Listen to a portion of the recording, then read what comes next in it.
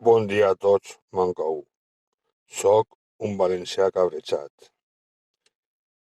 Acaba de ser una notícia que a mi m'ha tocat els nassos.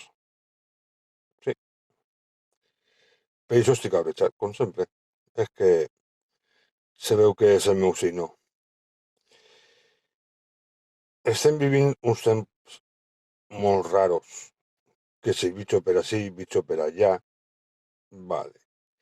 Però que a 2 mesos vista l'Ajuntament s'atrevisca a suspendre ja els actes del 9 d'octubre m'ha dolgut i molt.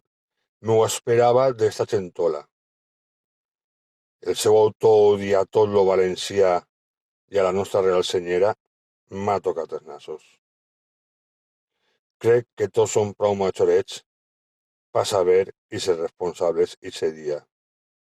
I no per això deixar de celebrar-ho, perquè la nostra Real Senyera és única en el món i és la nostra bandera, la de tots els valencians. S'entera, senyor Ribó? La Real Senyera és la nostra bandera. Enteres. Segur que si en lloc de passejar la Real Senyera se passejara una marfega, no se suspendria. Però bueno, és el que volen, que estiguem calladets i tancadets en casa i que no passa res. Valencians, cada dia estem més desapareguts, però no passa res. Així 4 dies ja no existirem, que entre uns i altres és el que volen.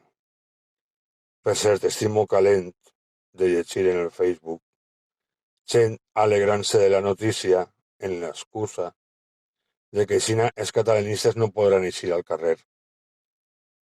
A veure, això és com lo dels accidents de cotxe. Quan hi ha accidents de cotxe anem a prohibir els cotxes i així no hi haurà accidents de cotxe. Pues esta gent,